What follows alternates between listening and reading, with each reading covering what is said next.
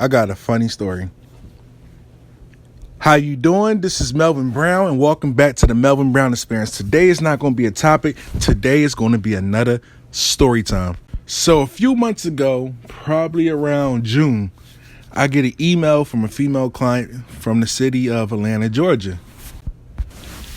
So she's like, Melvin, can you please help me? I'm going through a little bit of a love stress right now. Please, Melvin, can you please help me? So I'm looking at the email. I'm like, all right, bet. So I sent her an email back like, what's your number so I can contact you? So she gave me her number. So out of nowhere, I call her. I lie to you not. This is going to be a little funny. So I call her. The phone go, doop, doop, doop. Hello? I said, hey. She said, yes, who's this? I'm like, it's Melvin Brown. Oh, my fucking God, it's Melvin Brown. I'm like, yes. I'm like, for that moment, I'm like, shit. I felt like a fucking celebrity for that moment. I'm like, oh, shit. So I had to calm her down, calm myself down, because that was a lot of fuck. The way how she was screaming, you could have sworn I was Michael Jackson walking down the street or something. Like, it was kind of bad. So let's continue. She calmed down. Me and her started having a conversation and everything. I said, baby girl, now listen, what's your situation? Basically, her lover left her, and he just went cold on her. And I said, baby girl, 9 times out of 10, that man is seeing somebody else. She's like, I know, Melvin. I know that he was seeing somebody else, but it's okay because I'm going to bring him back. We're going to bring him back, right, Melvin? I said, baby girl, look, everything not guaranteed. Everything is not guaranteed. But the best thing I could do, my customer service will be here 24/7, and you can talk to me as long as you want. But in the meantime, you got to pay attention to the movement. She asked for the price. I gave her the price, and she paid for it the same day. So she was serious. I'm like, oh, shit. So out of nowhere, I made her the jar.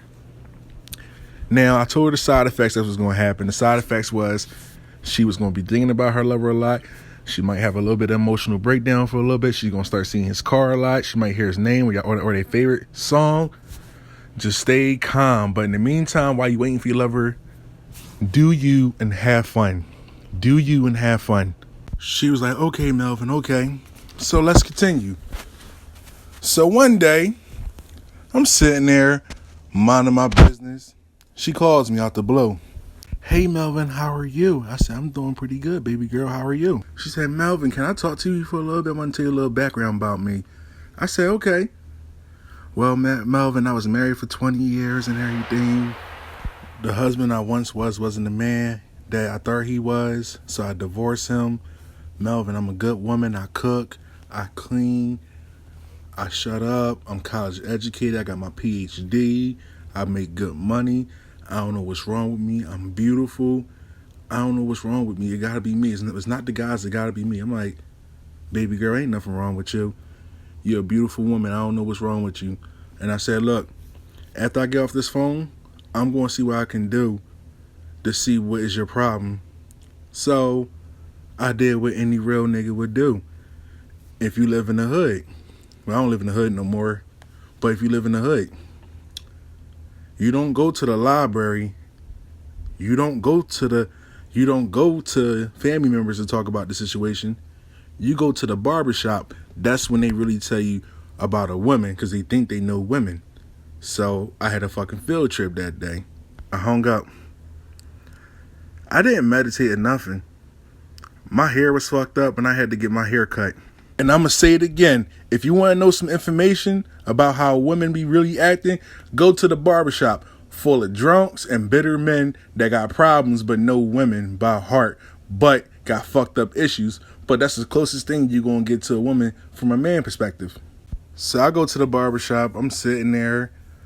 I'm trying to put the conversation in because I don't want them to know I practice witchcraft or whatever you call it, practice magic. I ain't want to leave that impression. I'm like, yo, I got a woman. He's like, oh yeah, you got a woman? About time. I'm like, no, I got a woman that I'm working with. I'm a life coach for her and everything. And she want to know why men don't want to be with her. He's like, you got a picture of her? I said, yeah. So, mind you, this is my childhood barber. He gets it. He see the picture. He's like, oh, Lord. He's like, hey, yo, Jamal, come look at this shit. Look at her red bone fine ass. Mind you, they're like 50 and 60. So Jamal, he's a barber at the shop. He see the picture of her. He said the most wildest shit. He was like, you know what? I said, what? He was like, I could do the peppermint trick on her. I'm like, the peppermint trick? Yeah, you don't know about the peppermint trick? Let me show you something. I'm like, pause. No. I don't need no. But I know what the peppermint trick is. So let's continue. He like, all right. So we sat down. We saw a picture of her. And then, they start asking me questions like, how long she been single? I'm like, she been single a long period of time. What you trying to do for her? Like, what you trying to teach her? I'm like, I'm trying to teach her that her self-worth is very important and she could love herself and she take care of herself and believe in herself. She could do anything she want. Jamal said if she sucked dick real good, she wouldn't have this problem. I'm like, Jamal, you gotta stop disrespecting women like that. That's why you single right now. That's why your wife left you for 20 years. And he was like, ooh, you trying to get smart at me, smart ass? I'm like, nah. But let's continue though. But Jamal was basically trying to say was the woman not sexually adventurous a lot. And if a woman that's not very sexual adventurous, the tickle his fantasy, that's what they call it down south, tickle his fantasy, he gonna have other options and try to explore until he find the other woman that can tickle his fantasy. Women get left the most besides being emotional, abusive and everything. But that's how majority of women get left because sex plays a role in a relationship, but it's not the whole relationship, but it plays a role into it. So I said, all right, bet. My barber said you just gotta talk to her and get some information down. When she's talking, you write it down, and I read it for you and everything, and I see and I can tell you what's going on. If you can't do that, you can record it and I can listen to it. Just come at any time. I said, all right, bet. So out of nowhere, I called her. She tells me some more stuff and everything. So the whole time she was on recording, and I let her know she was on recording. She said, okay. She's like, why are you recording? I said, this is for like experimenting purposes and everything. Like I want to do something different. So she said, anything I got to worry about? I said, no, man, there's nothing to worry about. She said, okay. So out of nowhere, I text my barber the audio. He listened to it, and he was like, yeah, it's a little bit of traumatizing things that happened to her. So I'm like, all right, so what's the traumatizing things that happened to her? He was like, her husband was her first person ever. The first person to have sex with, the first person to have a baby with, everything. And she loved that man. Because that's her first. She don't know better.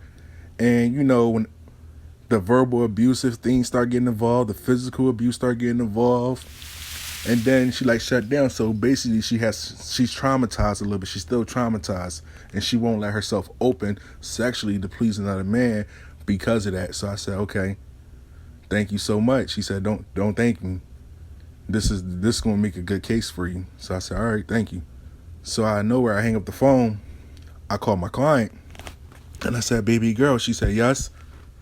I remember me and you was on the phone. You was telling me everything, and I said I had you on the recording and everything. I wrote everything down. Are you still traumatized from the whole situation from you and your ex-husband? She said, yes. I said, baby girl, do you want me to help you out of that situation the natural way? She said, Mel, what's the natural way? I said, the natural way is just start loving yourself and me motivating you every day, telling you good things about you. She said, yes, Melvin, I really would love motivation. I said, all right, bet. So I said, also, this month we're gonna do motivation. We're gonna get you right. You're gonna work out. You're gonna start punching the punching bag, blow off some steam, see what happens.